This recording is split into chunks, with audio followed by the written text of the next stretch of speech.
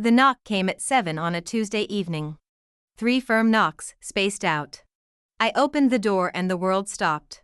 25 years. 25 years thinking he was dead. But there he was. My son. My Jason. Standing on my porch like he'd just come back from the grocery store.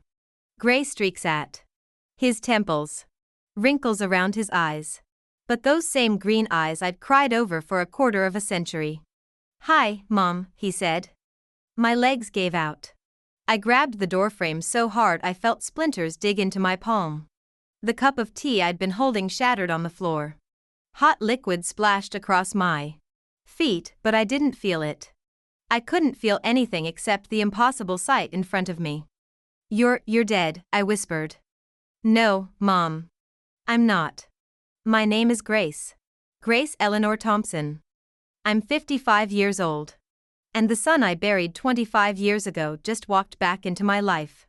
Let me take you back for a second, because you need to understand what those 25 years did to me. When Jason left for war, he was 22. It had been just the two of us since his father died in a car accident when he was 12. I raised that boy alone. Worked double shifts at the diner. Then cleaned offices at night. Every penny, every second of my life went to him. He was everything I had. 3 days before he shipped out, we had the worst fight of our lives. I begged him not to go. Got down on my knees, tears streaming down my face. "Please, baby. Please don't leave me. I already lost your father. I can't lose you too." And he looked at me with such cold anger in his eyes.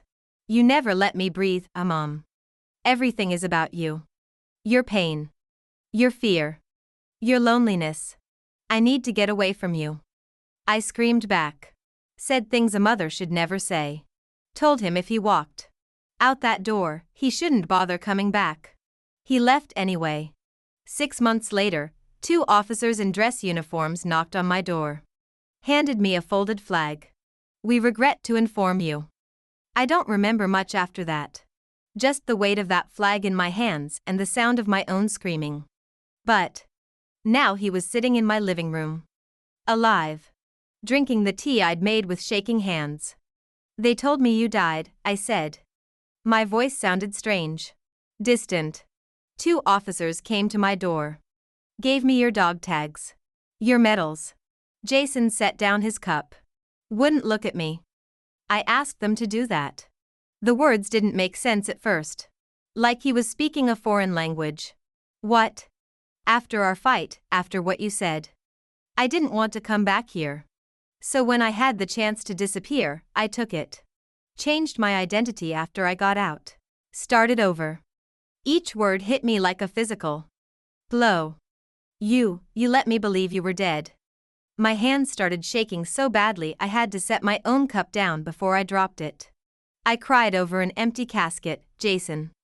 I visited your grave every Sunday for 25 years. I know." He finally looked at me. "And I'm sorry. But I couldn't breathe around you, Mom. I had to get out." Something inside me turned to ice. "So why are you here now? After 25 years, why show up at my door?" He hesitated. And that's when I saw it, fear in his eyes. "Because I need to tell you something." What he told me next made me wish he'd actually died in that war. Jason was married. Had been for 20 years. His wife's name was Lisa. They had 2 children, a boy and a girl. My grandchildren. Grandchildren I never knew existed. He'd built an entire life in Colorado. Changed his last name to Morrison. Became a high school teacher. Coached basketball. Had barbecues with neighbors who thought his mother died of cancer when he was young. He erased me. Completely. Deliberately. "Your kids," I said slowly. "The grandchildren I never met. What are their names?" "Emma and Tyler. Emma's 17. Tyler's 14. 17 years. I'd had a granddaughter for 17 years and never knew. And they think I'm dead. I told Lisa you died of cancer when I was 22. It was easier for who?" I stood up. My whole body was trembling now, but not from weakness. From rage. easier for you to pretend I never existed? To build your perfect little life on top of my grave? You don't understand what it was like, then explain it to me, Jason. Because from where I'm standing, you killed me off so you could be free. And now you're sitting in my house, telling me about the family you built while I was dying inside, one day at a time. He stood too. His jaw clenched. Every decision I made growing up, you had to control it. Every friend, every girlfriend, every choice, you suffocated me. After Dad died, you made me your entire world. I wasn't your son anymore. I was your emotional support animal. I had to escape. So, you faked your death. The words came out flat. Dead. That's your excuse. I loved you too much, so you destroyed me. I was 22 years old. I was angry and stupid and I made a terrible mistake, and you've had 25 years to fix it. My voice finally broke. 25 years, Jason. You could have called. Could have written. Could have told me you were alive. But you didn't. You let me suffer because it was convenient for you. The silence that followed was deafening. Jason sank back into the chair. Put his face in his hands. I'm dying, Mom.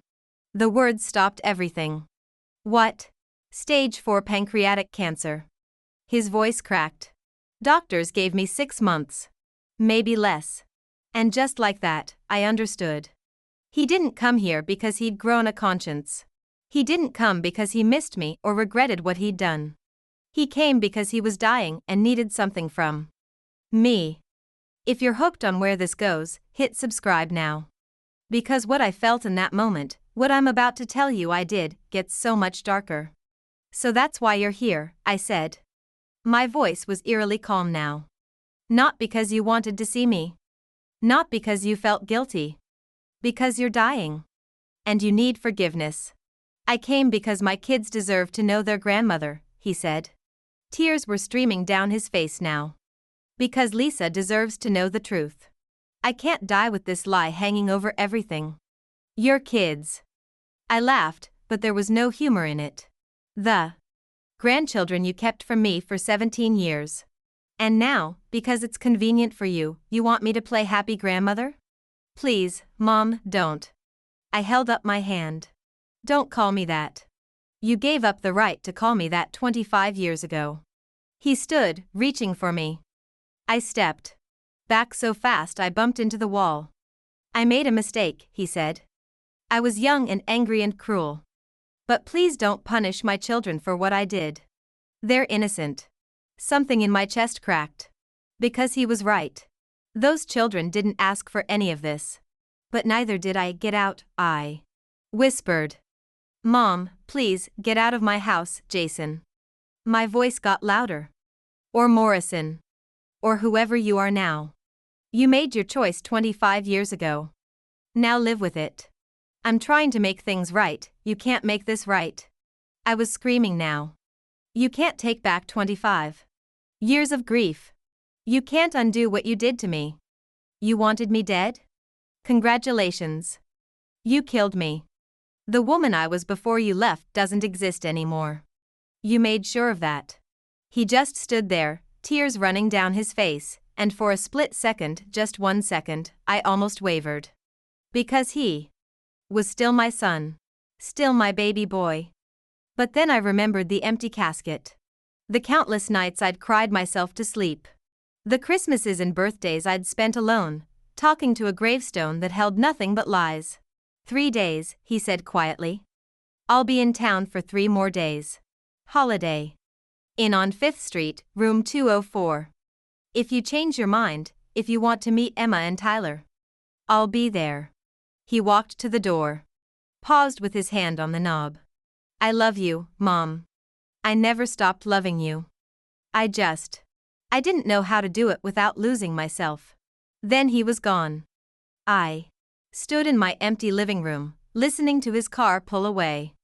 And that's when I saw it. On the table where he'd been sitting. An envelope with my name on it. My hands trembled as I picked it up. Inside was a photograph. A family photo. Jason with his arm around a beautiful blonde woman. 2 teenagers smiling at the camera. They were at some kind of park. Everyone looked happy. Perfect. On the back, written in Jason's handwriting, Emma, Tyler, and Lisa. The family I should have let you be part of. I'm sorry, Mom. For everything. I stared at that photo for a long time. At my granddaughter who had my eyes. At my grandson who had his grandfather's smile. At the life I'd been excluded from for 25 years. And something inside me shifted. Because Jason thought he could just show up, drop this bomb on me, offer me 3 days to decide if I wanted to meet my own grandchildren, and then what? Die with a clear conscience while I lived with the knowledge of everything I'd missed? No. If he wanted forgiveness, he was going to have to earn it. And if he wanted me to meet his family, well, they were going to learn the truth about who Jason Morrison really was. All of it. I picked up my phone and started making calls. Because I had 3 days to do something I should have done 25 years ago. Find out the truth about my son's death. And what I discovered, what I uncovered in those hospital records and military files, changed everything I thought I knew about that day. Jason didn't just fake his death. He stole it. I didn't sleep that night. How could I? My dead son was alive, staying at a hotel 15 minutes away, dying of cancer, and apparently living under a stolen name. That last part kept circling in my mind. Jason Morrison. He'd changed his last name, sure. Plenty of people do that. But something about the way he'd said it, the way he'd avoided my eyes when he mentioned starting over. At 3 in the morning, I was sitting at my kitchen table with my laptop open and a cup of coffee going cold beside me. I'm not tech savvy. Never had to be. But grief and anger make you learn fast. I started with the basics. Typed Jason Morrison Colorado teacher into Google. And there he was. Photos from the high school where he worked. Articles about the basketball team he coached winning state championships. A Facebook page that I couldn't access because we weren't friends. We weren't friends. My son and I weren't Facebook friends because he'd let me think he was dead. I clicked through every link, studied every photo. There was Lisa, pretty, blonde, probably 10 years younger than me. Emma looked so much like I did at that age it made my chest hurt. Tyler had his grandfather's eyes. They looked happy. Like a real family. Like everything I'd lost. But then I found something odd. An article from 12 years ago about a teacher who'd joined the staff. Jason Morrison brings his military experience to the classroom, the headline read. There was a photo of him shaking hands with the principal. I zoomed in on the photo. Read the article 3 times. It mentioned he'd served in Afghanistan. Mentioned he'd received an honorable discharge. But the details were vague. No mention of his unit. No mention of specific dates. I opened a new tab and searched for military records. Found a database that let you look up service members. Typed in Jason Morrison Afghanistan. Nothing. I tried different variations. Jason M. Morrison. J. Morrison. Added different years. Still nothing. That's when my hands started shaking again. But this time it wasn't from emotion. It was because I was onto something. At 6 in the morning, I called Margaret Hughes. We'd worked together at the diner 30 years ago, before she retired and her son became a lawyer. Not just any lawyer, a military lawyer. Grace? Her voice was thick with sleep. It's 6 in the morning. Are you okay? I need a favor, I said. And I need you to not ask questions until I'm ready to explain. There was a pause. Then, what do you need? Your son. Can he access military records? Official ones? Another pause, longer this time. Grace, what's going on? Please, Maggie. I'll explain everything. But right now I just need to know if he can help me find information about someone who served in Afghanistan. He can try. But honey, you're scaring me. What? I'll come by this afternoon. I promise I'll explain everything. Just, please ask him. She agreed. She'd been at my husband's funeral. At Jason's memorial service. She'd held me when I couldn't stand on my own. If anyone would help me without judgment, it was Maggie.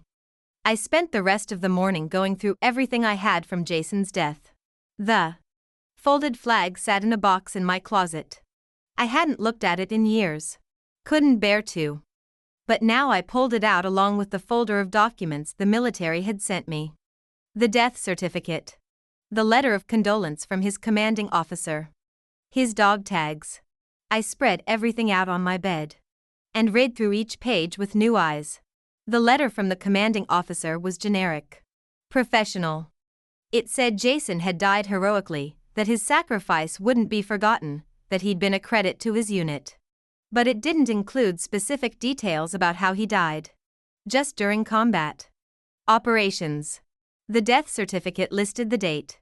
The location, Kandahar province. Cause of death, injuries sustained in hostile action.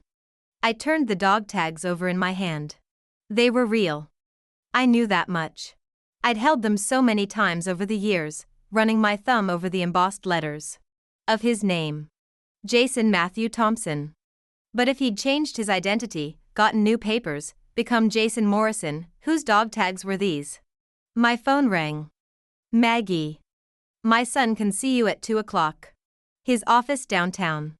Thank you, I whispered. Grace, are you going to tell me what's happening? I looked at the dog tags in my hand. At the death certificate. At the photo Jason had left of his perfect family. My son came to see me yesterday, I said quietly. The son who died 25 years ago. The silence on the other end was deafening. I'm coming over, Maggie said. Right now. Don't you dare tell me to wait until this afternoon. When Maggie arrived 20 minutes later, I told her everything. She sat at my kitchen table, her coffee untouched, her face getting paler with every word. Jesus' grace, she breathed when I finished. He let you think he was dead. For 25 years? And now he's dying for real. And he wants me to meet his family. The family he built while I was grieving him. What are you going to do? I showed her the documents spread across my bed. The vague death certificate. The generic condolence letter. I'm going to find out what really happened. Because something doesn't add up. If he faked his death, someone helped him. And I want to know who. Maggie picked up the dog tags. Studied them. You think these aren't his? I don't know what to think anymore. But I'm going to find out. At 2 o'clock, I sat in the office of David Hughes, Margaret's son. He was in his 40s now, successful, with a corner office and diplomas covering the walls. He didn't waste time with pleasantries. My mom told me what happened. I'm sorry, Mrs. Thompson. I can't imagine what you're going through. Can you help me? He nodded slowly. I can access certain military records.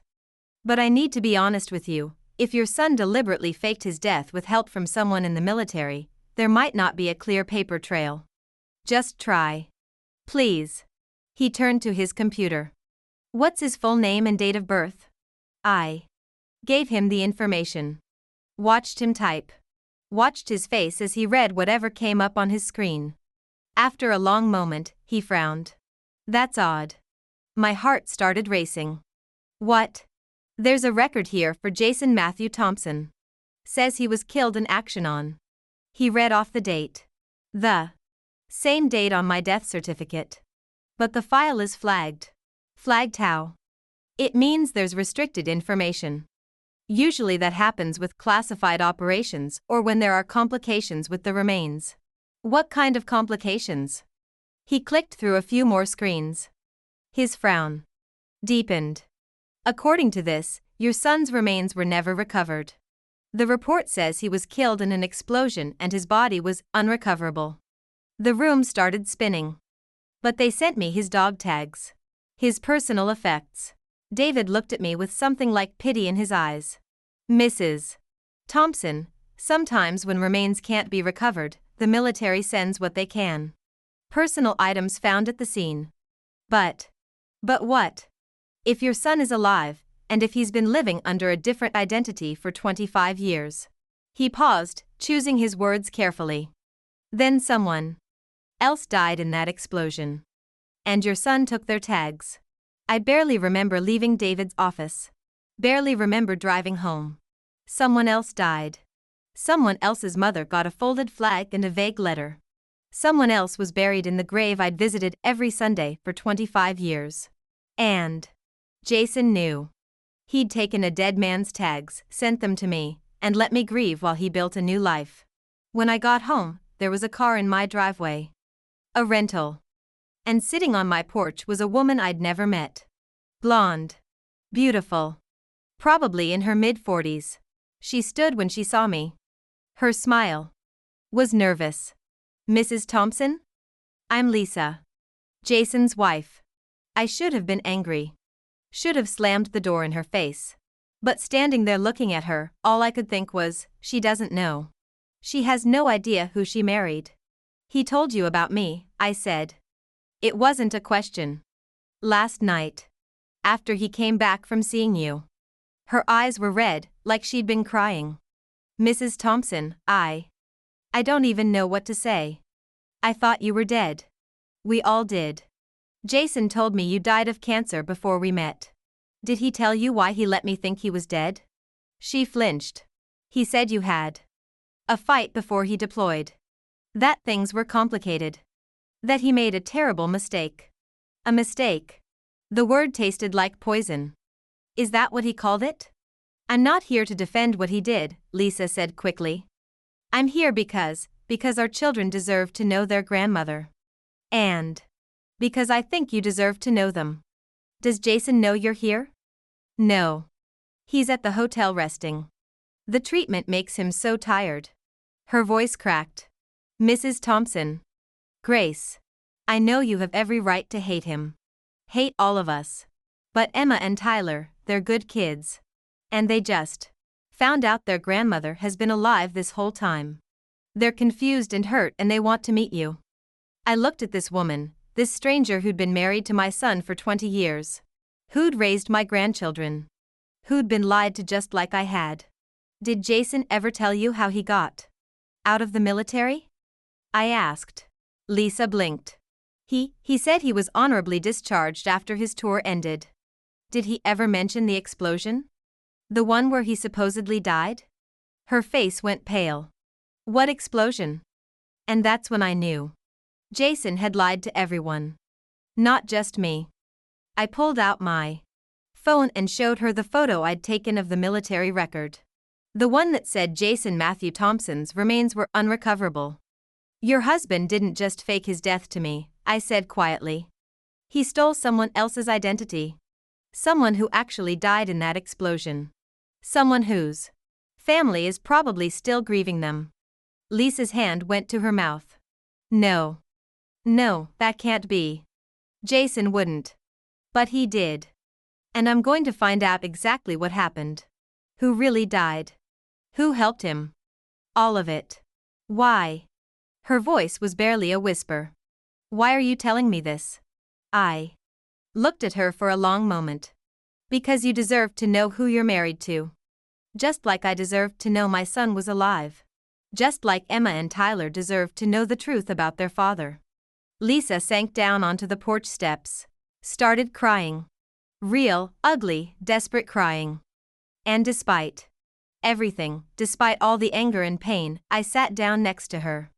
Because we were both victims of the same man. We sat there for almost an hour. Lisa told me about her marriage. How Jason had always been secretive about his past. How he'd never wanted to visit family, never wanted to talk about his childhood. How she'd thought it was just grief over losing his mother. He was a good father, she said. Whatever else he did, he loved those kids. He coached Tyler's teams. Helped Emma with her college applications. He was there for them. He was there for them, I repeated. But not for me. No. And I'm so sorry. You didn't do anything wrong. I married him. I had children with him. I built a life with a man who.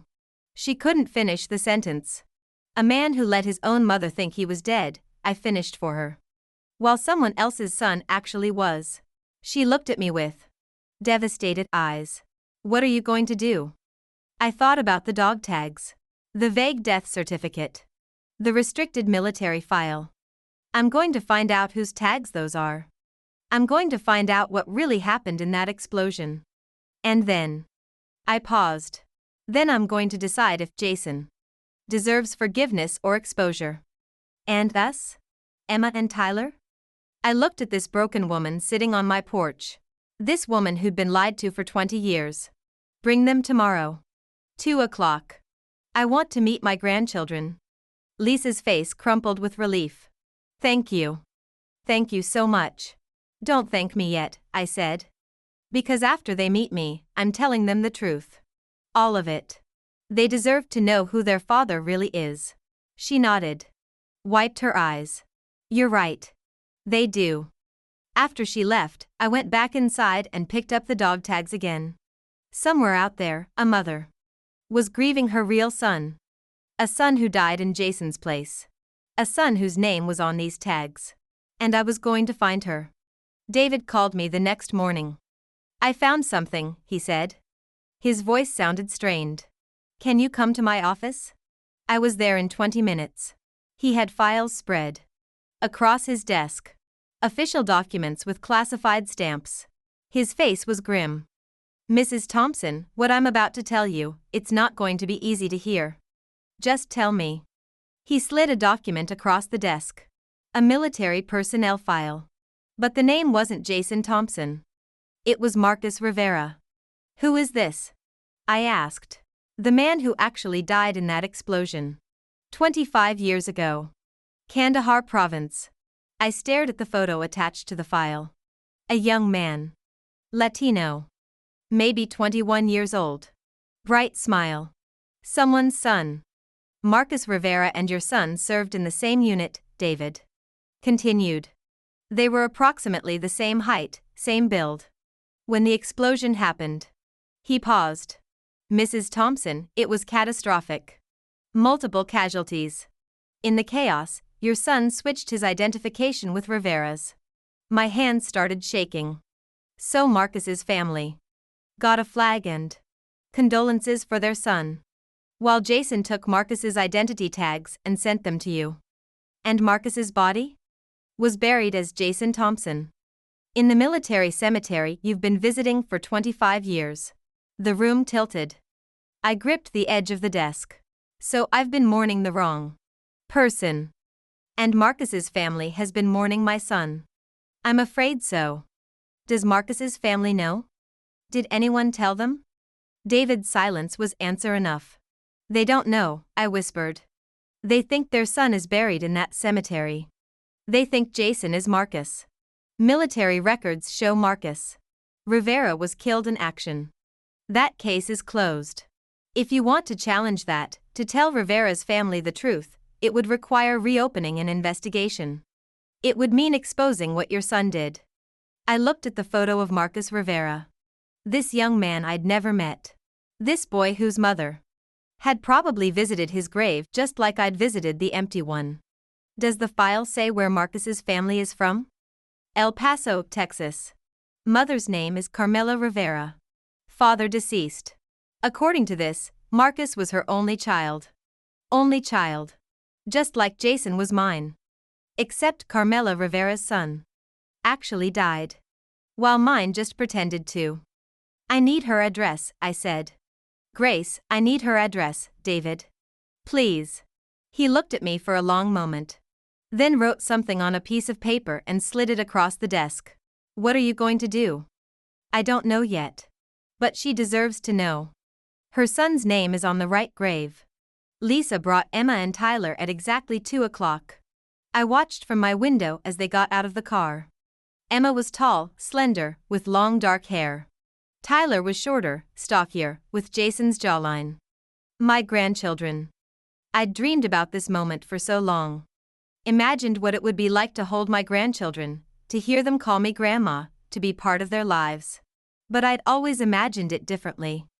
Not like this. Not built on lies and stolen identities. I opened the door before they could knock. Emma looked nervous. Tyler looked scared. Lisa looked like she hadn't slept. Hi, Emma said softly. Grandma? The word hit me like a physical force. Grandma. I was a grandmother. Had been for 17 years without knowing it. "Come in," I managed to say. They filed into my living room. Sat on my couch. Tyler kept looking around like he was trying to memorize everything. "You have Mom's eyes," he said to me. "Dad's eyes. And you have your grandfather's," I said. "My husband. He died when your dad was 12. Dad never talks about him," Emma said. "He never talks about any of his family." "We thought." She trailed off. "You thought I was dead," I finished. "I know." "Why did Dad lie?" Tyler asked. His voice cracked. "Why would he do that?" I looked at Lisa. She nodded slightly. "Permission. Your father and I had a terrible fight before he went to war," I said. "I said things I shouldn't have. So did he. And instead of working through it, instead of coming home and making amends, he decided it was easier to let me think he'd died." "That's so messed up," Emma whispered. "Yes. It is. But why are you telling us this?" Tyler asked. "Why not just, I don't know, pretend everything is okay? Dad's dying. Mom said we only have a few months with him." I looked at these children. These beautiful, innocent children who'd been lied to their entire lives. "Because you deserve the truth," I said. "And because pretending everything is okay is what got us all into this mess in the first place." I pulled out the file David had given me. Showed them Marcus Rivera's photo. "This is the man whose identity your father stole. His name was Marcus Rivera. He died in the same explosion your father survived. And your father switched their identifications so Marcus's family would think he survived while I thought your father died." The color drained from Emma's face. "Dad did that?" "Yes. So someone else is buried in the grave you've been visiting?" Lisa asked. "Yes. A 21-year-old boy from El Paso whose mother thinks he's buried under her son's name." Tyler stood up abruptly. "I need some air." He walked out onto the porch. Emma followed him. Lisa and I sat in silence. "Are you going to tell Marcus's mother?" she asked finally. "I don't know. Part of me thinks she deserves to know. But part of me wonders if it would just cause more pain." "What does your gut tell you?" I thought about Carmela Rivera. About 25 years of visiting what she thought was her son's grave. About the peace she might have found in that ritual. My gut tells me the truth always comes out eventually. And it's better to hear it from someone who understands than to discover it by accident. "When are you going?" "Tomorrow. I'm driving to El Paso." Lisa nodded. "Can I come with you?" I think I need to see this through too." That evening, Jason called me. "Lisa told me she and the kids came to see you," he said. His voice sounded weak. "Thank you for meeting them. They deserve to meet their grandmother." "I know. And I'm grateful. I found out about Marcus Rivera." Silence. "Grace, don't you dare try to explain this away. You didn't just fake your death. You stole a dead man's identity and let his mother grieve your name while I grieved his. It wasn't supposed to happen like that." "Then how was it supposed to happen, Jason? Explain to me how stealing a dead soldier's tags was part of some noble plan." "There was so much chaos after the explosion. Multiple casualties. No one knew who was who. I saw an opportunity and I took it. I didn't think you didn't think about Marcus Rivera's mother. You didn't think about me. You only thought about yourself. I was 22 years old and terrified, and now you're 47 and dying. And you want forgiveness. Well, you know what? I'm driving to El Paso tomorrow to tell Carmela Rivera that her son is buried under my son's name. And then maybe, I'll decide if you deserve mine." I hung up before he could respond. Lisa and I left for El Paso at dawn. It was a 15-hour drive. We barely spoke for the first few hours. Finally, somewhere in New Mexico, she broke the silence. "He's not the man I thought I married." "No," I agreed. "He's not. But he's still my husband. Still Emma and Tyler's father. And he's dying." "I know. So what do we do? How do we reconcile the man he is now with what he did then?" I didn't have an answer.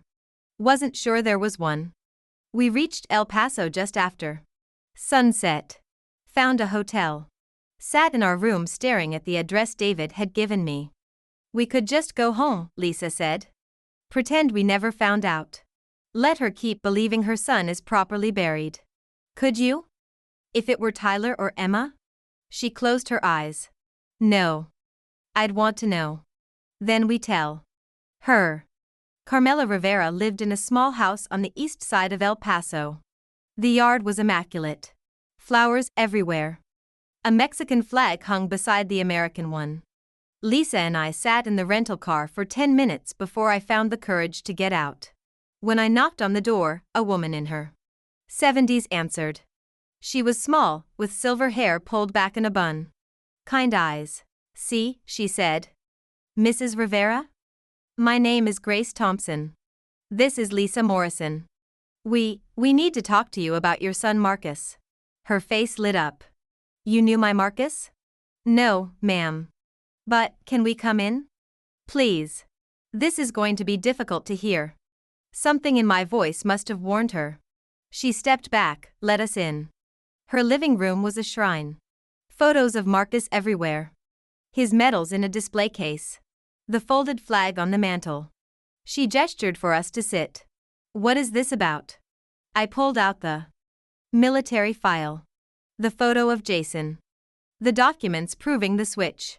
Mrs. Rivera, 25 years ago, there was an explosion in Kandahar province. Your son Marcus was killed. I know this, she said quietly. He's buried in the military cemetery. I visit him every month. Ma'am, the man buried in that cemetery isn't Marcus. It's my son, Jason Thompson. She stared at me like I was speaking a foreign language. I don't understand. So I told her. Everything. The fight. The explosion. The switch tags. Jason's new identity. With every word, Carmela Rivera's face aged 10 years. When I finished, she stood up slowly. Walked to the mantel. Picked up the folded flag. You're telling me this flag, these medals, they belong to your son? Yes, ma'am. And my Marcus, where is my Marcus buried? In the grave I've been visiting for 25 years. Under Jason Thompson's name. She sank back into her chair. The flag clutched to her chest. So I've been praying at the wrong grave. Talking to a stranger instead of my son. I'm so sorry, I whispered. She looked at me with eyes full of tears. Your son did this? Your son took my Marcus's name and gave you my boys' tags? Yes. Why? Why would he do such a thing? Because he wanted to disappear. And he didn't care who he hurt to do it. Carmela was quiet for a long time. Then she stood, walked to a bookshelf, and pulled out a photo album. This is Marcus, she said, showing me pictures. This is his high school graduation. This is him at boot camp. This is the last photo I have before he deployed. I looked at the young man in the photos. The same young man from the military file. Someone's beloved son. He wanted to be a teacher, Carmela continued. Said after the military, he was going to go to college. Maybe teach history. He loved history.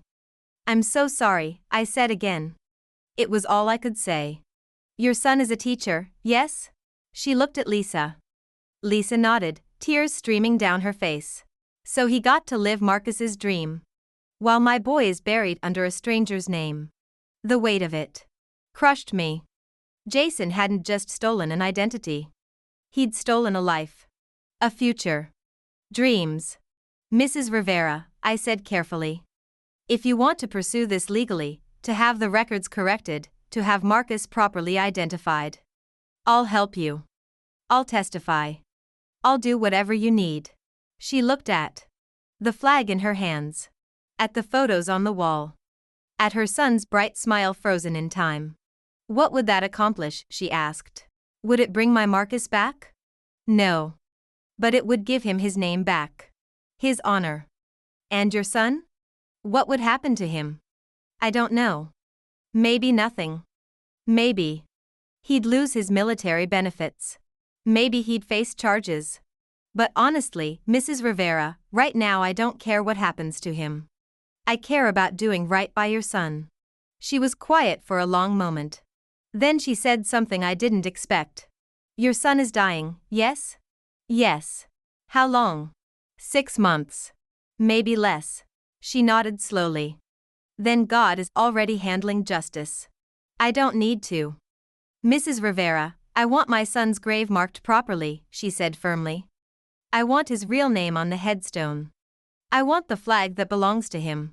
But I don't want to spend my last years, however many God gives me, consumed by anger at a dying man. Marcus wouldn't want that either. I stared at this woman. This mother who'd lost everything and was still choosing grace. You're a better person than I am, I whispered. She smiled sadly. No, Mija. I'm just a mother who's had 25 years to grieve. You're still fresh in your anger. Give yourself time. We stayed in El Paso for 2 more days. Helped Carmela start the paperwork to have Marcus's grave properly marked. Connected her with David Hughes to handle the legal aspects. On our last night there, she invited us to dinner. Made traditional Mexican food, tamales and rice and beans that tasted like love. Tell me about your grandchildren, she said to me. So I did. Told her about Emma and Tyler. About meeting them for the first time. About how Tyler had my husband's eyes. You're lucky, she said. To still have family. To have a second chance. I don't feel lucky. You will. Eventually. As Lisa and I drove back to Denver, I thought about Carmela Rivera. About her grace. Her forgiveness. Her choice to let God handle justice. And I thought about Jason. Dying in a hotel room. Waiting to see if I'd forgive him. I still didn't know if I could. But I knew one thing, I wasn't going to let him die with his lies intact. We got back to Denver late on a Saturday night. I dropped Lisa off at her hotel. She was staying separate from Jason now, needed space to process everything, and drove home. There was a car in my driveway. Jason's rental. And sitting on my porch, looking thinner and paler than he had a week ago, was my son. You went to El Paso, he said when I got out of my car. Not a question. Yes. You told her. Yes. Grace, did you know Marcus wanted to be a teacher? I interrupted.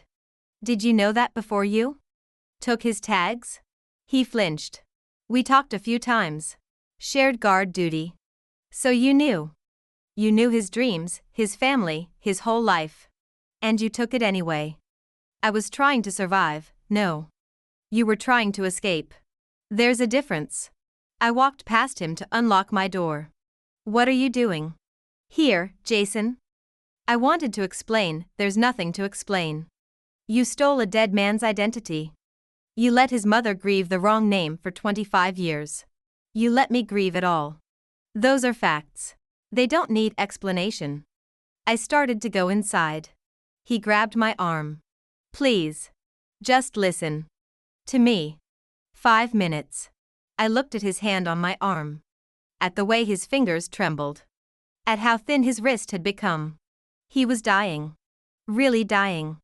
And despite everything, he was still my son. 5 minutes, I said. We sat in my living room. The same room where he'd told me about his fake life a week ago. The explosion happened during a night patrol, he began. His voice was quiet. Our convoy hit an IED. The vehicle Marcus was in took the worst of it. By the time we got there, he was already gone. So were 3 others. He paused.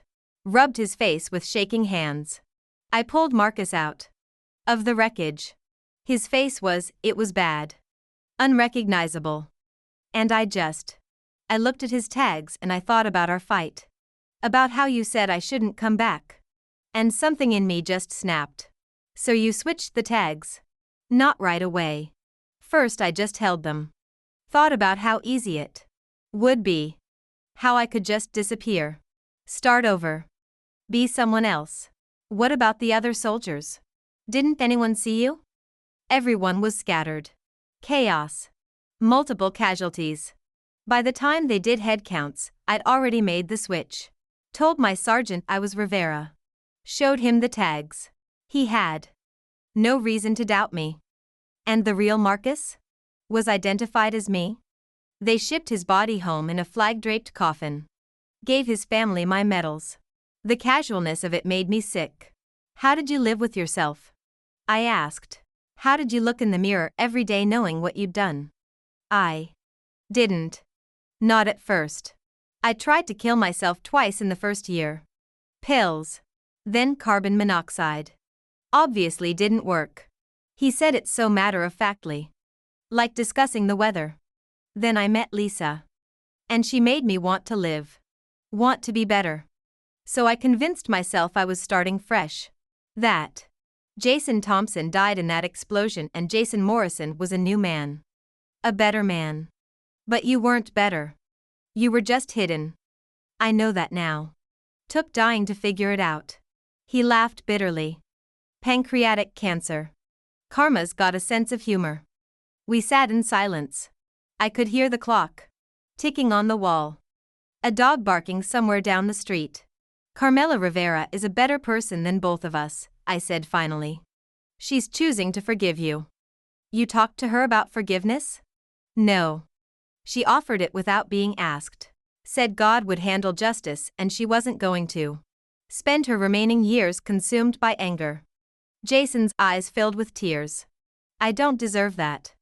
No. You don't. Do I deserve yours? And there it was. The question he'd been building to. The reason he'd come to my house. The reason he'd shown up at all. He wanted absolution. I don't know. I said honestly.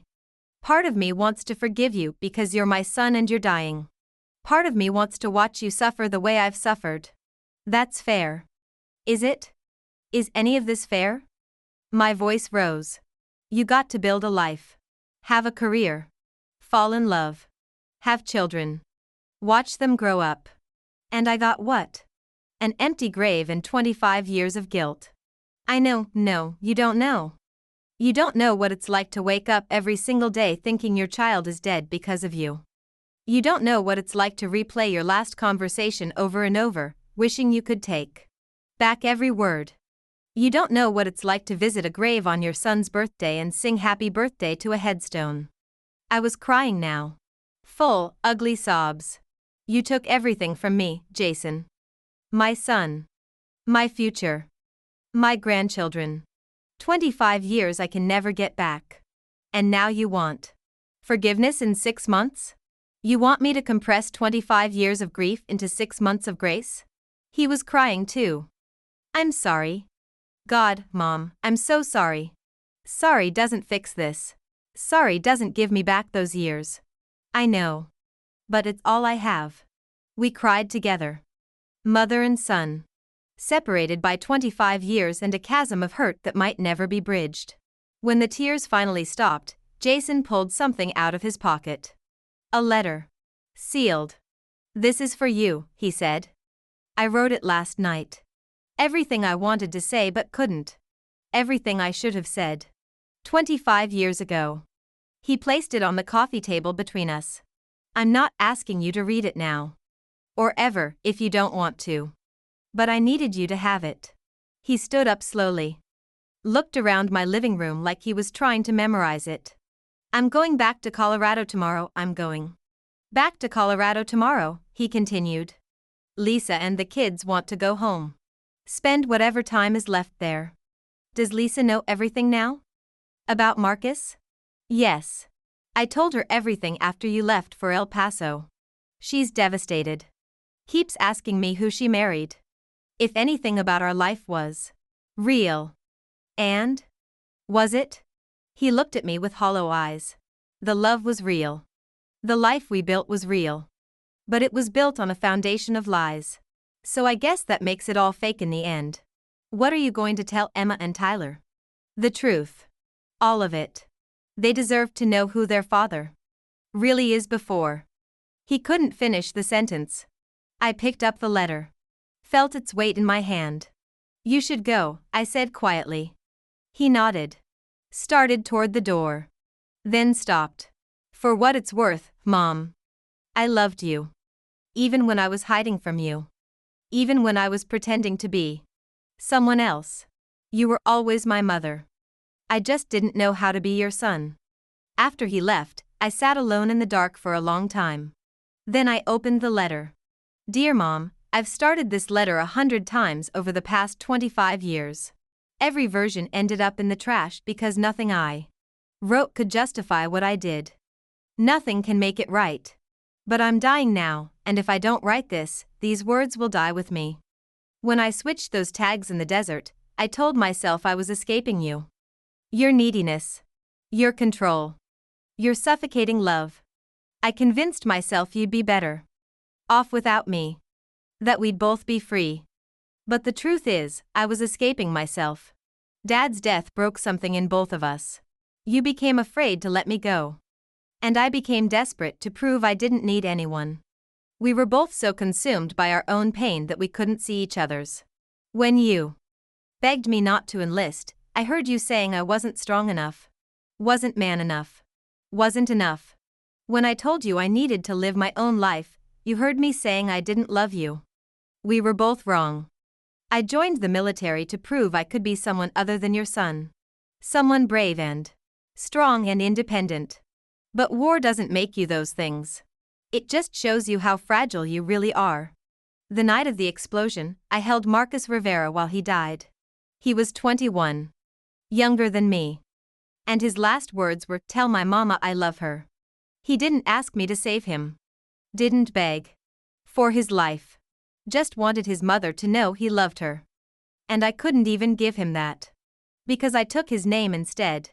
For 25 years, I've carried that guilt. Every time Emma or Tyler called me Dad, I heard Marcus's voice. Every time Lisa kissed me goodnight, I thought about the life Marcus would never have. I tried to be a good father. A good husband. A good man. As if being good at those things could somehow balance out the terrible thing I'd done. But you can't outrun your sins. They always catch up. The cancer started 18 months ago. Just some stomach pain at first. By the time they found it, it had already spread. Stage 4. Terminal. And you know what my first thought was? Mom will never know I'm really dying this time. That's when I knew I had to come find you. Not for forgiveness. Not for absolution. But because I needed you to know that I'm sorry. That I've always been sorry. That not a day went by when I didn't think about you. I wish I could give you back those 25 years. I wish I could undo the pain I caused you and Marcus's mother and everyone else my choices hurt. But I can't. All I can do is tell you the truth. I was a coward. I ran away from the hardest thing in my life, being your son, because I didn't know how to do it without losing myself. And in running away, I lost everything that mattered anyway. You don't owe me forgiveness. You don't owe me anything. I'm writing this so you know that I understand what I did. I understand what I took from you. And I'm sorrier than words can express. If there's an afterlife, I hope I get to see Dad. I hope he can teach me how to be the man I should have been. How to love someone without running away. And maybe, if I'm very lucky, I'll get to see Marcus too. Tell him I'm sorry I stole his voice. His name.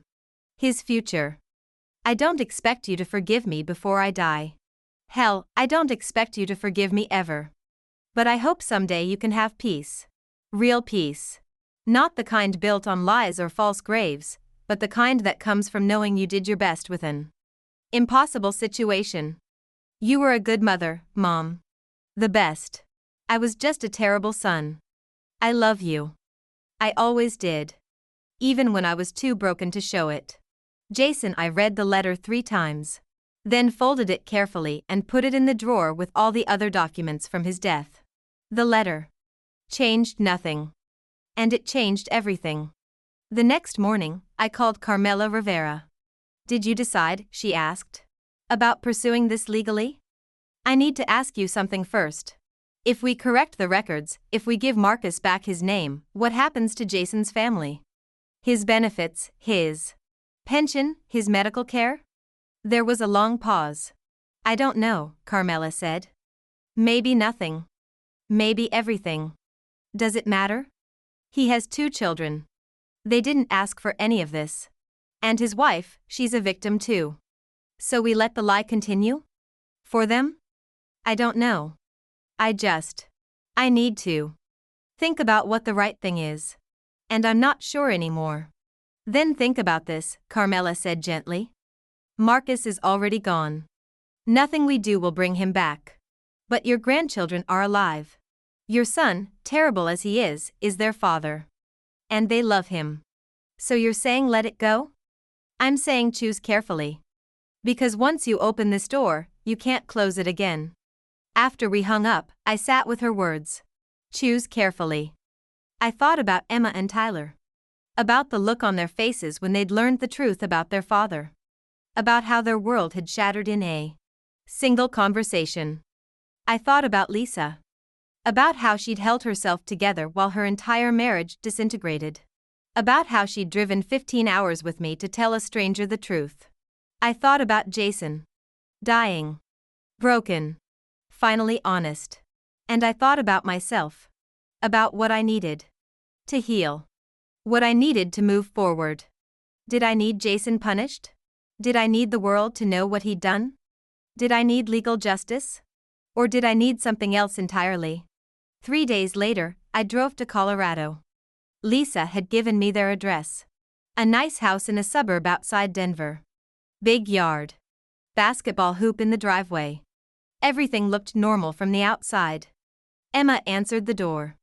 Her eyes were red. Grandma, she said. Then burst into tears. I held her while she cried. This granddaughter I barely knew. This girl who looked so much like me. Dad's really sick, she whispered. He's barely eating. Barely talking. The doctors say it's progressing faster than they thought. Where is he? Upstairs. In bed. Do you want to see him? Yes. She led me up the stairs. Knocked softly on a door at the end of the hall. Dad? Grandma's here. Send her in, came the weak reply. Emma squeezed my hand. Then left us alone. The man in the bed barely looked like my son. Jason had lost at least 30 pounds since I'd last seen him. His skin was gray. His eyes sunken. He looked like he was already half dead. You came, he said. I came. Did you read the letter? Yes. And? I pulled up a chair next to his bed. Sat down. Looked at this dying man who was my son.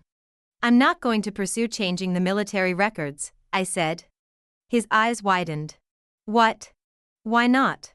Marcus deserves to be honored. And he will be. Carmela and I are working with the military to add a plaque to his grave. One that tells the real story. But we're not going to change the official records. I don't understand. Emma and Tyler don't deserve to lose their father's benefits because of what you did. Lisa doesn't deserve to lose her survivor benefits. And honestly, Jason, you're dying. What would be the point of punishing you now? Who would it serve? Marcus's mother agrees with me. She said her son wouldn't want his justice to come at the cost of 2 innocent children's futures. Jason started crying. I don't deserve this. Any of this. No. You don't. But Emma and Tyler do. And this isn't about you anymore. I pulled something out of my purse. The photo he'd left at my house. The one of his family. Lisa gave me copies of all your family photos. 25 years worth. I'm going to spend the next few months getting to know my grandchildren. Really know them. And when you're gone, I'm going to be there for them. The grandmother they should have had all along. Grace, I'm not doing this for you, I interrupted. I'm doing this for them. For me. For all the years I lost. I'm going to be part of their lives going forward. I'm going to tell them stories about their grandfather. About you as a little boy. About our family. The real stories? Or sanitized versions? Both. They'll know the truth. They already do. But they'll also know you were more than your worst choice. That you were someone's little boy before you became someone who made terrible mistakes. That's more grace than I have any right to ask for. It's not grace. It's survival. Because if I let your choices consume me, if I spend whatever time I have left being angry, then you'll have taken that from me too. And I won't give you that power. He reached out. Took my hand. His grip was weak but desperate. "Thank you," he whispered. "Don't thank me. Just be honest with Emma and Tyler. Whatever time you have left. No more lies. No more secrets. They deserve that much." "I will. I promise." I stood to leave. Stopped at the door. "Jason?" "Yeah?" "I love you. I'm still angry. Still hurt. Still processing all of this. But you're my son. And I love you. I need you to know that before it's too late. I love you too, Mom. Always did." I spent the next 3 months in Colorado. Rented a small apartment near Lisa's house. Spent every day with Emma and Tyler. Taught Emma how to bake my mother's chocolate cake. Went to Tyler's basketball games. Had dinner with Lisa while she fell apart and put herself back together. And I visited Jason. Watched him waste away day by day. Held his hand when the pain got bad. Read to him when he was too weak to hold a book. We talked about everything. His childhood. His father. The good memories we'd made before it all went wrong. We didn't talk about Marcus Rivera again. Didn't talk about the 25 years. Those things hung between us, acknowledged but not dwelled upon. Because there wasn't enough time left to spend it all on anger. Jason died on a Tuesday morning in late March. Emma and Tyler were at school. Lisa and I were sitting with him. He'd been unconscious for 2 days. At 10:47 a.m., his breathing changed. Became shallow. Irregular. Lisa held one hand. I held the other. "It's okay," I whispered. "You can let go. We'll take care of each other. I promise." His eyes opened for just a moment. Found mine. "I'm sorry, Mom," he breathed. "I know, baby. I know." Then he was gone. We buried Jason Morrison in Colorado.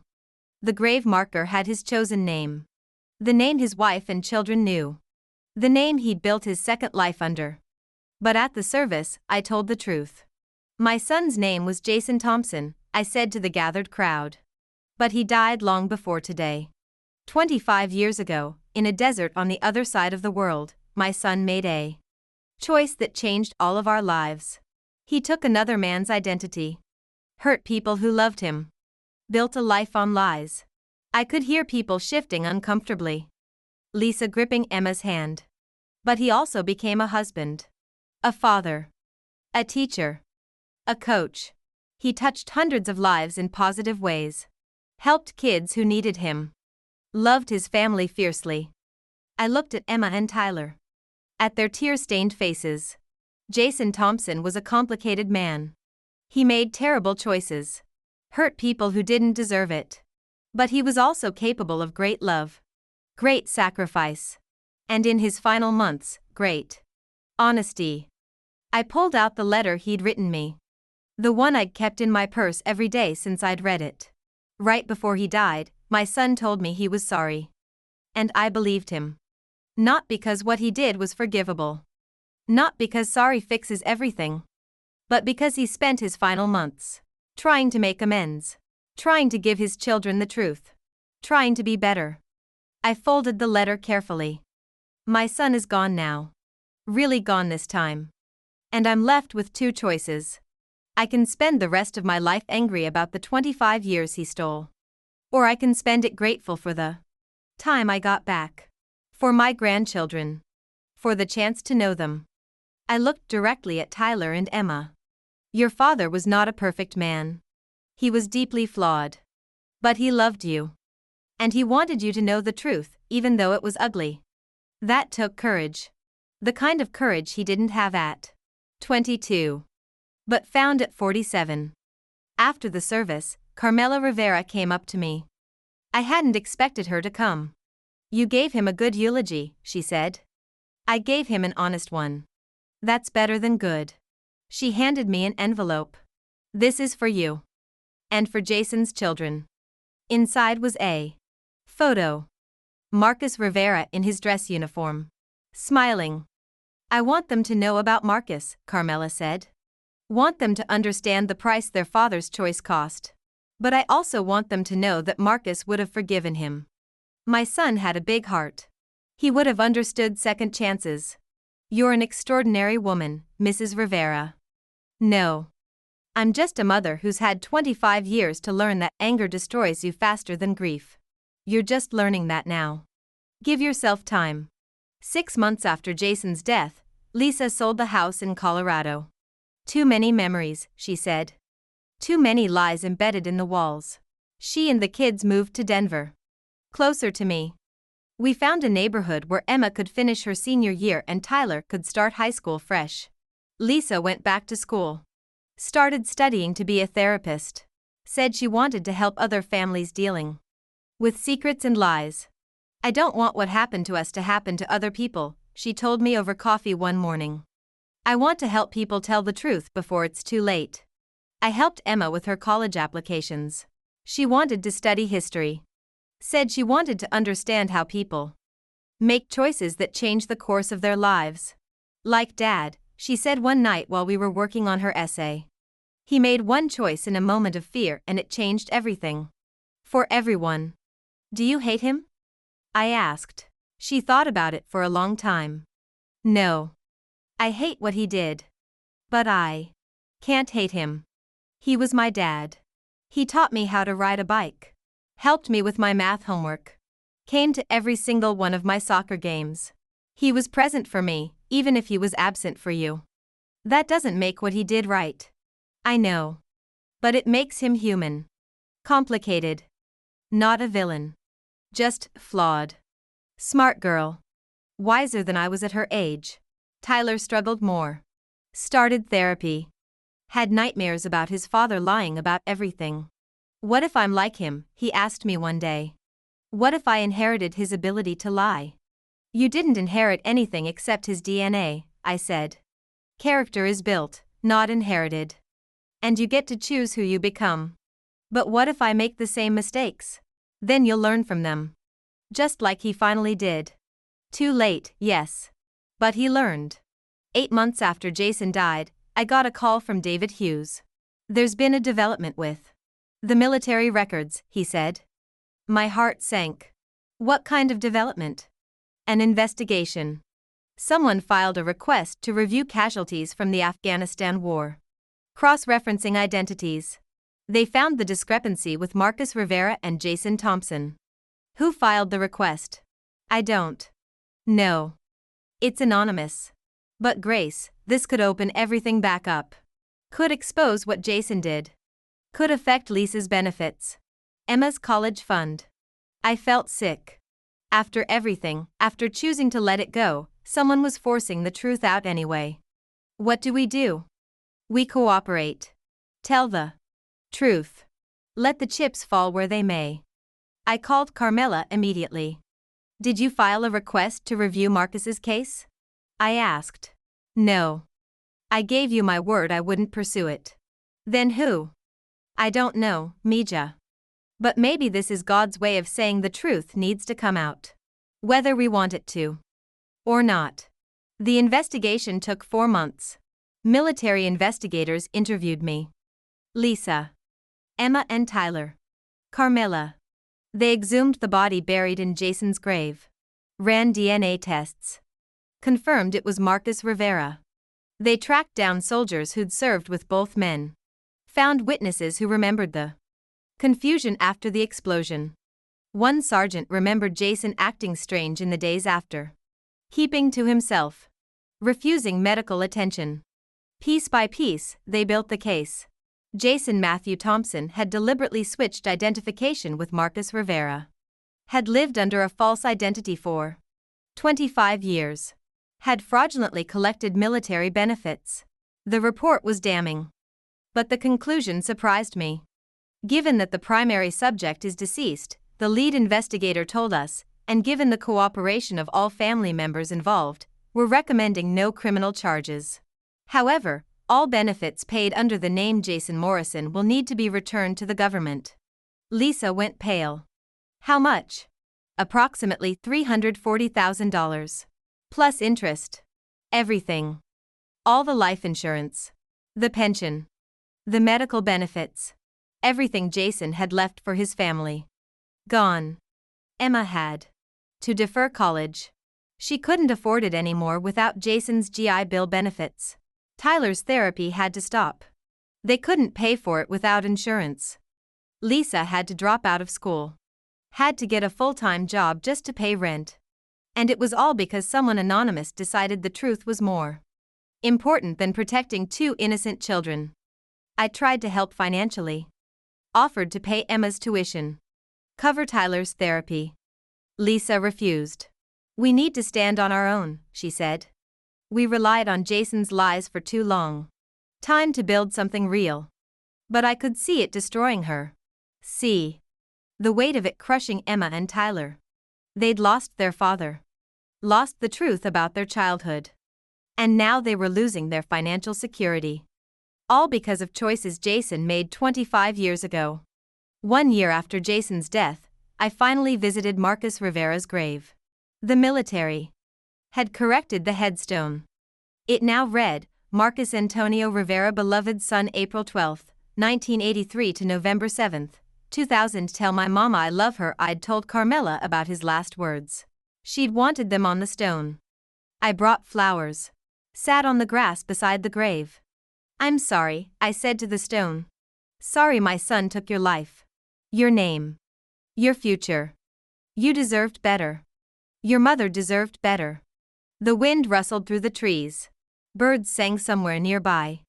I hope wherever you are, you've found peace. I hope you know your mother forgave him. Forgave me. She's a better person than I'll ever be. I placed the flowers on the grave. I'm going to make sure your name is remembered. Not just as the man my son wronged, but as a person. A soldier. A son who loved his mother. A young man with dreams. I sat there for an hour.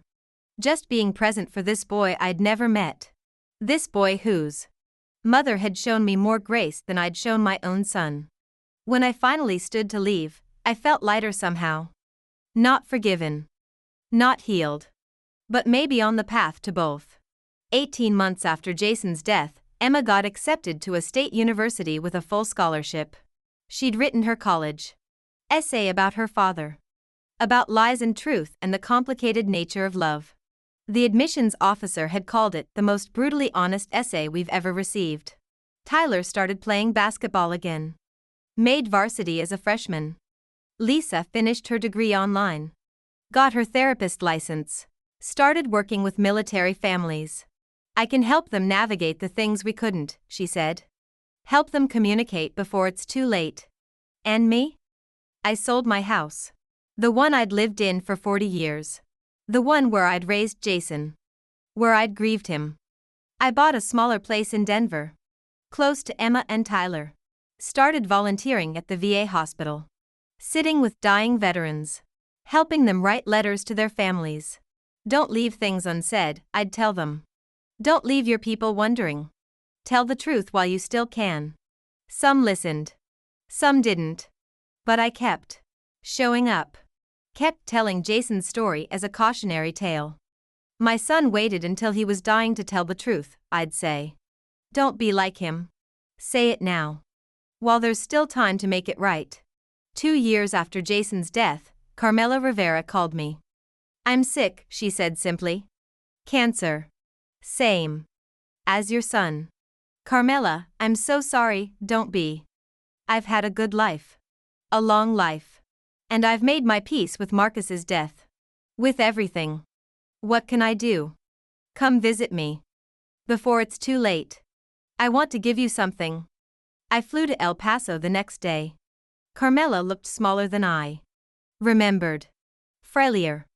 But her eyes were still bright. Still kind. Thank you for coming, she said. Of course. She led me to her living room. The same shrine to Marcus. But now there were new photos added. Photos of Jason. Of Emma and Tyler. Of Lisa. I wanted to understand your son, she explained. So I looked him up. Found articles about his teaching. His coaching. The kids he helped. She picked up one photo. Jason with his basketball team, all of them grinning, holding a trophy. He did good things, she said. Despite everything, he did good things. That doesn't excuse, No. But it complicates the story, doesn't it? Makes him more than just the man who wronged my son. Makes him human. She handed me an envelope. What's this? Open it. Inside was a check. For $340,000. Carmela, I can't, it's not for you. It's for Emma and Tyler. The money the government took back. I'm giving it to them. As a gift. From one mother to another. Where did you get? Marcus had a life insurance policy. I never touched it. Been saving it for. I don't know what. But this feels right. Using Marcus's money to help Jason's children. It's what Marcus would have wanted. I started crying. You don't have to do this. I know. But I want to. Those kids lost their father. Lost their security. They're innocent in all this. Let me help them. Why? After everything Jason did to you, because I don't want Marcus's legacy to be about anger and punishment. I want it to be about grace. About breaking cycles of pain. About choosing love even when you have every right to choose hate. She took my hands in hers. Use this money for Emma's education. Tyler's therapy. Whatever they need. And tell them it's from Marcus. Tell them that even in death, he's still giving. Still serving. Still being a hero. I stayed with Carmela for a week. Helped her organize her affairs. Listened to stories about Marcus. Laughed and cried and learned about the son she'd lost. On my last day there, she made me promise something. When I'm gone, spread some of my ashes at Marcus's grave. The real one. The one with his name on it. But spread some at the other grave too. The one he was buried in for 25 years. Why there? Because that grave was part of his story too. His name was spoken there. Prayers were said there. Love was offered there. Even if it was by accident. You're the wisest person I've ever met, I said. She smiled. No, Mija. I'm just old. And tired. And ready to see my son again. Carmela Rivera died 3 weeks later. I kept my promise. 3 years after Jason's death, I stood at Emma's college graduation. She'd graduated with honors. Double major in history and psychology. Full scholarship for her master's degree. When they called her name Emma Morrison, she walked across that stage with her head held high. Lisa and Tyler and I stood and cheered like we were at a championship game. After the ceremony, Emma found us in the crowd. Grandma, she said, throwing her arms around me. Did you see? Did you see? I saw, baby. I'm so proud of you. I couldn't have done it without you. Without Marcus's gift. We'd told her the truth about the money. About Carmela's final act of grace. You did this, I said. You put in the work. You earned this. But Marcus gave me the chance. And you gave me my father's real story. The good and the bad. That's what made me want to study this. To understand how people become who they are. Tyler had grown into a handsome young man. 6'3". Star of his basketball team. Had scholarship offers from 5 universities.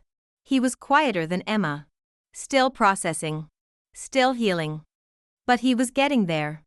Lisa was thriving. Her practice was booming. She'd written a book about families and secrets. It had become a bestseller. People are hungry for honesty, she told me. For permission to be complicated. To acknowledge that families aren't perfect. That love and harm can coexist. She'd started dating again. A good man. A widower who understood loss and complicated grief. I'm happy, she told me one day. Really happy. Is that okay? Am I allowed to be happy after everything? You're allowed to be whatever you need to be, I said. And I meant it. I'd been seeing a therapist too. Working through my own complicated grief. Do you forgive him? Dr. Martinez asked me one session. Some days, I said honestly. Some days I remember him as the little boy who brought me dandelions. And I forgive everything. And other days? Other days I remember the empty casket. The 25 years. The lies. And I'm still so angry I could scream. Both can be true. That's what I'm learning. That I can love him and be angry at him. That I can be grateful for my grandchildren and heartbroken about what I lost. That life isn't either slash or. It's both slash and. How does that feel? Exhausting, I admitted. But real. More real than the fantasy I lived in for 25 years. For years after Jason's death, I received a letter. It was from the anonymous person who'd filed the military investigation. Dear Mrs. Thompson, I owe you an explanation and an apology. I'm the one who filed the request to review casualties from Afghanistan. I'm the one who triggered the investigation that cost your family so much. My name is David Chen. I served with both your son and Marcus Rivera. I was there the night of the explosion. And I knew what Jason had done. I saw him switch the tags. Saw him pocket Marcus's identification and bury his own with the body. I was young. Scared. Didn't know what to do. So I said nothing. For 25 years, I carried that secret. Let it eat me alive. Destroyed my marriage. Lost my career. Developed PTSD not just from the war, but from my own cowardice. 3 years ago, I finally entered therapy. Started working through my guilt. And my therapist said I needed to make amends. Needed to tell the truth, no matter the cost. So I filed the anonymous request. I didn't know it would hurt your grandchildren. Didn't think about the collateral damage. I just knew I couldn't carry the secret anymore. I'm sorry. I know that doesn't fix what I destroyed. But I needed you to know it wasn't malicious. It was just necessary. For my own survival. I hope you and your family have found peace. David Chen. I read the letter 3 times. Then I wrote back. Dear Mr. Chen, thank you for your honesty. It takes courage to admit to 25 years of silence. Yes, your revelation cost my family. My grandson lost his therapy. My granddaughter almost lost her education. My daughter-in-law lost her financial security. But you also gave us something, the truth. And truth, no matter how painful, is better than lies. My son built his second life on a foundation of deception. It was always going to crumble eventually. You just hastened the inevitable. What you did, staying silent for 25 years, was wrong. But I understand it. Fear makes us do terrible things. Makes us complicit in other people's sins. What you did 3 years ago, telling the truth, was right. But it had consequences you didn't foresee. Both things can be true. I forgive you for staying silent. I forgive you for speaking up. I forgive you for being human and flawed and struggling. And I hope you can forgive yourself. Grace Thompson. 5 years after Jason's death, I hosted Thanksgiving at my house. Lisa and her new husband, Greg. Emma, home from graduate school. Tyler and his girlfriend, Sarah. We set the table together. Cooked too much food. Laughed and argued and told stories. Before we ate, I raised my glass. I want to make a toast, I said. To upset friends and complicated histories. Everyone raised their glasses. 5 years ago, I thought my life was over. I thought grief and anger would consume me. I thought I'd never know peace again. I looked at Emma and Tyler. But then I met you too. And you reminded me that even from the worst choices, beautiful things can grow. I looked at Lisa. And you taught me that honesty, even painful honesty, is the foundation of real love. I raised my glass higher. To Jason. Who made terrible choices but also made you. Who hurt people but also loved them. Who lied but also, in the end, told the truth. To Dad, Emma said softly. To Jason, everyone echoed. We drank. Then Tyler said, and to Marcus. Who gave us a second chance without ever knowing it. To Marcus, we all said. That night, after everyone left, I sat alone in my living room. The photo of Jason as a little boy sat on the mantel. Next to it, a photo Carmela had given me of Marcus in his dress uniform. Next to that, a photo from Emma's graduation. Past, present, and future. All connected. All complicated. I picked up the letter Jason had written me 5 years ago. The one I'd kept all this time. Read it for the 100th time. You were a good mother, Mom. The best. I was just a terrible son. No, I thought. You were just human. Flawed and frightened and desperate. Just like me. Just like all of us. I folded the letter carefully. Put it back in the drawer with all the other artifacts of our complicated history. Then I pulled out a new piece of paper and began to write. Dear Jason. It's been 5 years since you died. 5 years since you walked back into my life and blew it apart. I'm writing to tell you that I forgive you. Not because what you did was forgivable. Not because time heals all wounds or because you're dead and can't defend yourself. I forgive you because holding onto anger was destroying me. Because your children deserve a grandmother who isn't consumed by bitterness. Because Carmela Rivera taught me that grace is stronger than grief. You stole 25 years from me. That's a fact. You let me cry over an empty grave while you built a life with another woman. That's also a fact. But Emma has your intelligence. Tyler has your determination. Lisa has your capacity for love underneath all the hurt. You left behind good things, Jason. Not enough to balance the scales. Not enough to make it all okay. But enough to prove you were more than your worst choice. I wish you'd come back sooner. I wish you'd told the truth earlier. I wish we'd had more than 3 months to rebuild what 25 years destroyed, but wishes are just ghosts of what might have been. And I'm done living with ghosts. I'm choosing to live with what is, too brilliant. Grandchildren who carry your best qualities. A daughter-in-law who's become my friend. A life built on truth instead of comfortable lies. Marcus Rivera's mother showed me that forgiveness isn't about forgetting. It's about refusing to let the past poison the future. So I forgive you, Jason. Not for you're beyond needing it. But for me. So I can finally be free. I love you. I'm still angry with you. I'm grateful for what you gave me and heartbroken by what you took. All of it is true. All at once. Rest in peace, my complicated, broken, beloved son. Mom, I folded the letter and placed it in an envelope. The next morning, I drove to the cemetery. To the grave that now read Jason Morrison with his real dates and a simple inscription, beloved father, husband, and son. I placed the letter on the grave. Weighted it down with a small stone. I'm done carrying this, I said aloud. It's yours now. You deal with it wherever you are. The wind picked up. Rustled through the trees. I stood there for a long moment. Then turned to walk away. Behind me, I heard footsteps.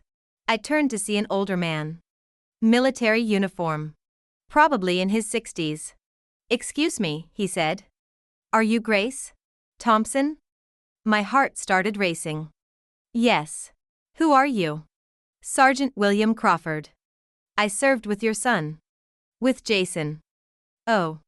I didn't know what else to say. I just wanted to tell you.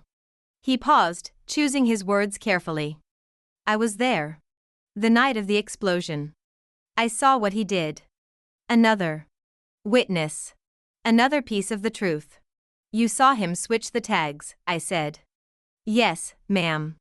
And I've carried that guilt for 25 years. David Chen and I, we both knew. We both said nothing. Why are you telling me this now? Because I'm dying. Lung cancer. And I needed to apologize before I go. To you. To Marcus Rivera's family. To everyone we failed by staying silent. I looked at this man. Another soldier carrying the weight of someone else's sin. Did my son ask you to stay quiet? No. He didn't know we saw. We chose not to say anything. Chose to protect him instead of protecting the truth. Why? Crawford looked at the grave. Because we were brothers. We'd been through hell together. And when you're in combat, loyalty becomes everything. Even when it shouldn't. Loyalty to my son cost Marcus Rivera his identity. Yes, ma'am. It did. And I'm sorrier than words can express. We stood in silence for a moment. Then I said, Marcus's mother forgave my son. She forgave me. She'd probably forgive you too, if you asked. She already did. I wrote to her last month. She sent back a letter telling me God had already handled it. That I should find peace. Carmela was a remarkable woman. Was? She died 2 years ago. Also cancer. Crawford's face fell. I didn't know. I'm sorry. Don't be. She died at peace. More at peace than any of us. Crawford pulled something from his pocket. A medal. This was given to me for valor. For actions during that same deployment. I want you to have it. I can't, please. I don't deserve it. I wasn't valorous. I was a coward who stayed silent while a good man's name was stolen. Give it to Marcus's family. Or to your grandchildren. Or throw it away. I don't care. I just can't carry it anymore. I took the medal. Felt its weight. What will you do now? I asked. Keep apologizing until I run out of breath. Make amends where I can. Hope that somehow, somewhere, Marcus Rivera knows I'm sorry. I think he knows. I think they all know. Crawford nodded. Saluted Jason's grave. Then walked away. I stood there. Holding the medal, thinking about all the people Jason's choice had affected. All the ripples spreading out from that one moment of fear and selfishness. David Chen. William Crawford. Carmela Rivera. Marcus's extended family. Lisa. Emma. Tyler. Me. All of us caught in the web of one man's lie. But also all of us choosing, in our own time, to find a way through it. 6 years after Jason's death, Emma got married. It was a small ceremony. Just family and close friends. She asked me to walk her down the aisle since her father couldn't. I wish Dad could be here, she said as we waited to walk in. But I'm glad you are. He is here, I said. In your smile. In your strength. In the way you love honestly even when it's hard. Do you think he'd be proud of me? I think he'd be amazed by you. You took all the truth, the good and the ugly, and you turned it into wisdom. That's more than he ever managed. The music started. We walked down the aisle together. Lisa was crying. Tyler stood tall as one of the groomsmen. Emma's husband-to-be looked at her like she was the only person in the world. And for a moment, I felt pure joy. Uncomplicated joy. My granddaughter was getting married. I was here to see it. To be part of it. 25 years ago, I thought I'd never have this. Thought I'd die alone, haunted by an empty grave and unanswered questions. But here I was. Surrounded by family. By love. By life continuing despite everything. At the reception, Tyler gave a toast. My dad taught me a lot of things, he said. How to shoot a three-pointer. How to be kind to people who are struggling. How to show up for the people you love. He paused. Looked at me. But my grandma taught me the hardest lesson, how to love someone completely while also acknowledging they hurt you. How to hold both truth and compassion in your hands at the same time.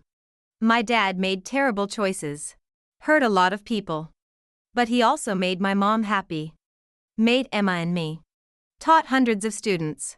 Lived a life that mattered, even if it was built on shaky ground. So here's to complicated people. To messy families. To truth and forgiveness and moving forward even when you don't know the way. Everyone raised their glasses. To complicated people, we echoed. 7 years after Jason's death, I received an invitation.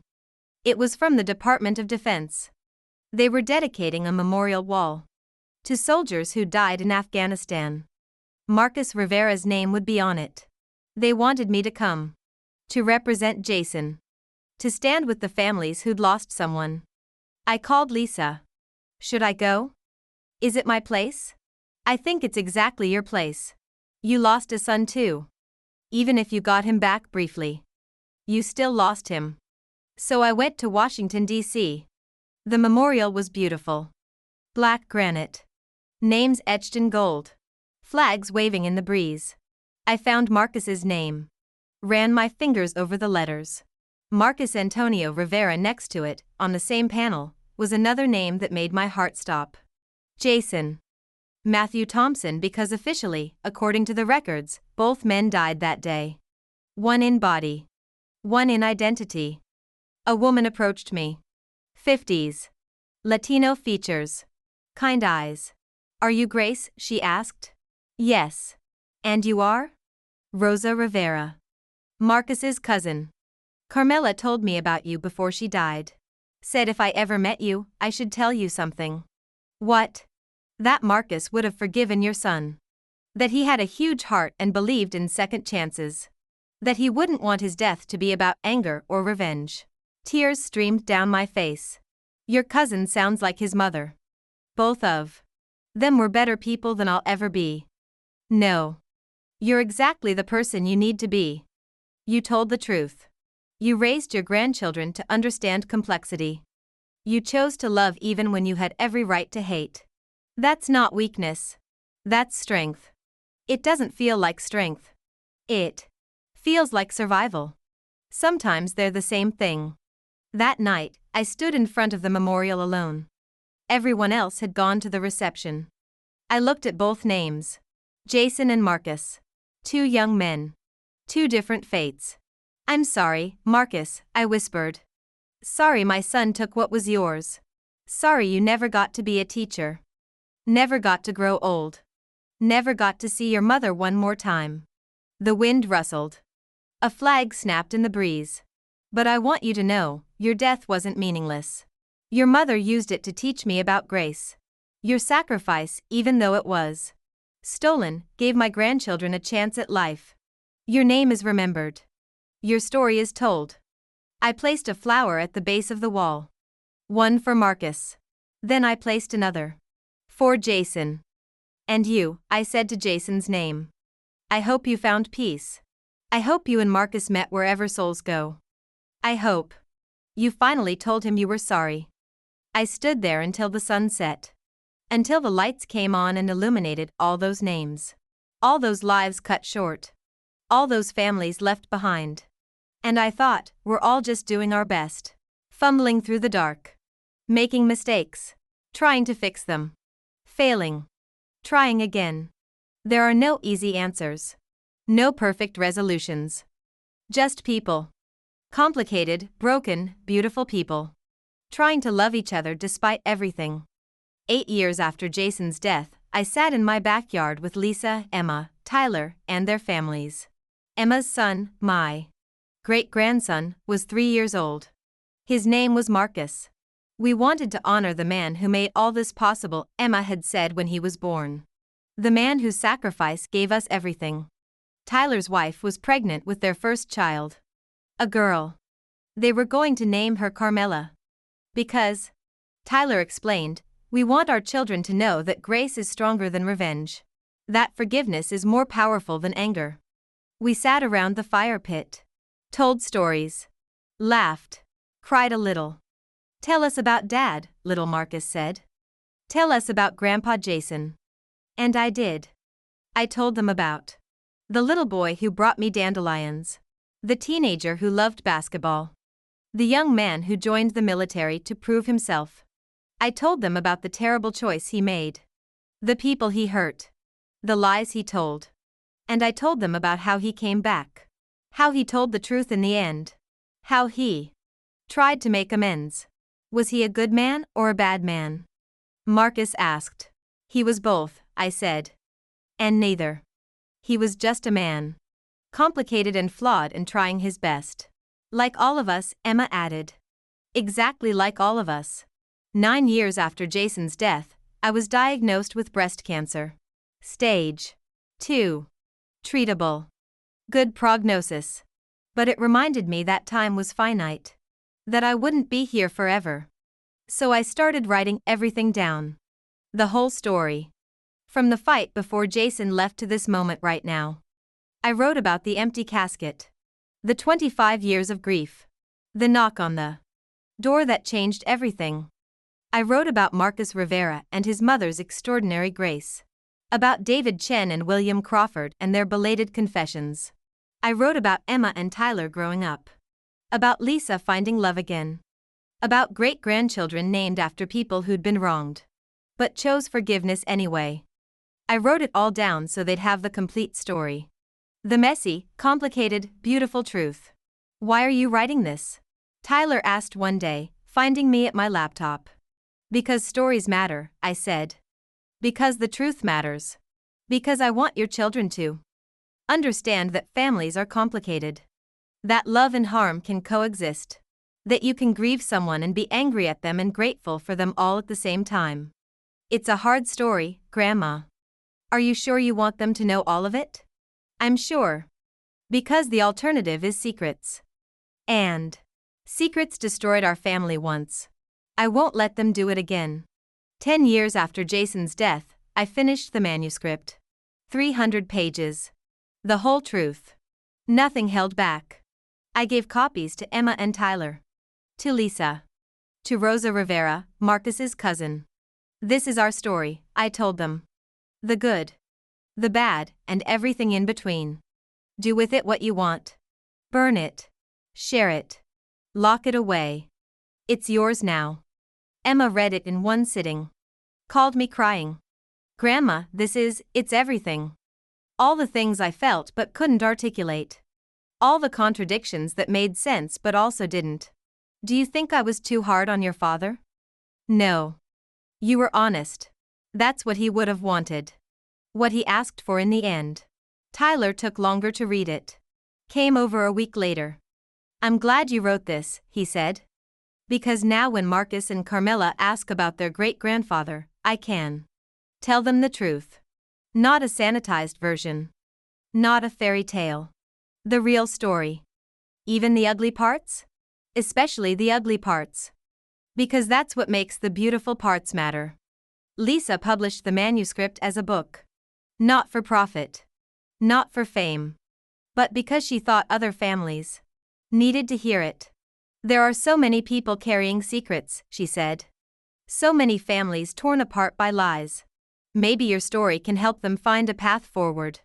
The book was titled, The Ghost Who Knocked, a story of loss, lies, and unlikely grace. It became a small sensation.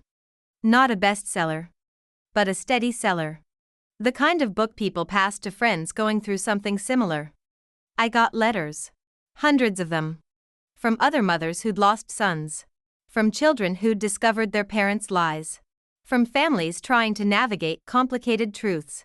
Your story gave me permission to be angry and forgiving at the same time, one woman wrote. You showed me that loving someone doesn't mean excusing what they did, wrote another. Thank you for being honest about how messy this all is, wrote a third. I answered every letter. Shared my own continuing journey. Reminded them that there was no finish line. Just ongoing choices to love or to hate. To heal or to harbor. 11 years after Jason's death, I stood at another grave. This one was new. Fresh flowers. Recent dirt. David Chen had died. The PTSD and guilt had finally consumed him. He'd taken his own life. His widow had invited me to the funeral. He talked about your son, she said. About the burden of knowing what Jason had done. About how it destroyed him from the inside out. I'm so sorry, I said. Don't be. David made his choice. To stay silent for 25 years. To finally speak up. And then to give up. Those were his choices. Still. I'm sorry your husband carried that weight. We all carry something, she said. The question is whether we let it crush us or whether we find a way to set it down. After the funeral, I added David Chen to my prayers. Another casualty of Jason's choice. Another life touched by one moment of fear and selfishness. The ripples never stopped. They just spread wider and wider. 12 years after Jason's death, on what would have been his 60th birthday, I gathered everyone together. Emma and her family. Tyler and his. Lisa and Greg. Rosa Rivera and some of Marcus's extended family. We met at the memorial wall in Washington. The one with both Jason's and Marcus's names. I wanted us all to be here, I said. Together. Because this story doesn't belong to just me or just Jason or just Marcus. It belongs to all of us. I pulled out 2 letters. One I'd written to Jason. One I'd written to Marcus. I'm going to read these aloud, I said. And then I'm going to burn them. Let the words go up like prayers. Let them reach wherever souls go. Everyone gathered around. I read the letter to Jason first. The one about forgiveness and anger and complicated love. Then I read the one to Marcus. Dear Marcus, we never met. But you changed my life. Your death, and my son's theft of your identity, set in motion everything that followed. The grief. The revelation. The slow, painful journey toward truth. I wish my son hadn't taken what was yours. I wish you'd gotten to live your life. Become the teacher you dreamed of being. Grow old with someone you loved. But since we can't undo the past, I want to thank you. Thank you for giving your life in service. Thank you for loving your mother so purely that your last words were of her. Thank you for being the kind of person whose memory inspired grace instead of revenge. Your mother was extraordinary. She taught me that forgiveness isn't weakness. That grace isn't the same as forgetting. That we can honor the dead by choosing life. 2 children are named after you and your mother. They'll grow up knowing your story. Knowing that a young soldier named Marcus Rivera died so they could live. Not because that's what you wanted. But because that's what happened. And we're going to make sure it meant something. Rest in peace, Marcus. You deserved better than what you got. But your legacy is love. And that's something my son, for all his flaws, helped create. Thank you. Grace Thompson. I folded both letters carefully. Placed them in a small metal bowl. Tyler handed me a lighter. I set them on fire. We all watched as the paper curled and blackened. As the words disappeared into smoke. As the past released its grip just a little bit more. They tried to destroy me, I said quietly, echoing the words from so long ago. But they ended up destroying themselves. And I learned that the true revenge isn't causing pain. It's building a life so full of love that there's no room left for hate. Little Marcus, now 5 years old, slipped his hand into mine. I love you, great-grandma, he said. I love you too, baby. And in that moment, standing between the names of 2 dead soldiers, surrounded by the family built from their tangled legacies, I felt something I hadn't felt in 12 years. Complete peace. Not because everything was resolved. Not because all the pain had disappeared. But because I'd finally learned to hold it all. The love and the anger. The grief and the gratitude. The truth and the grace. All of it. Together. At the same time. The way life actually is. Complicated. Messy. Beautiful. Real.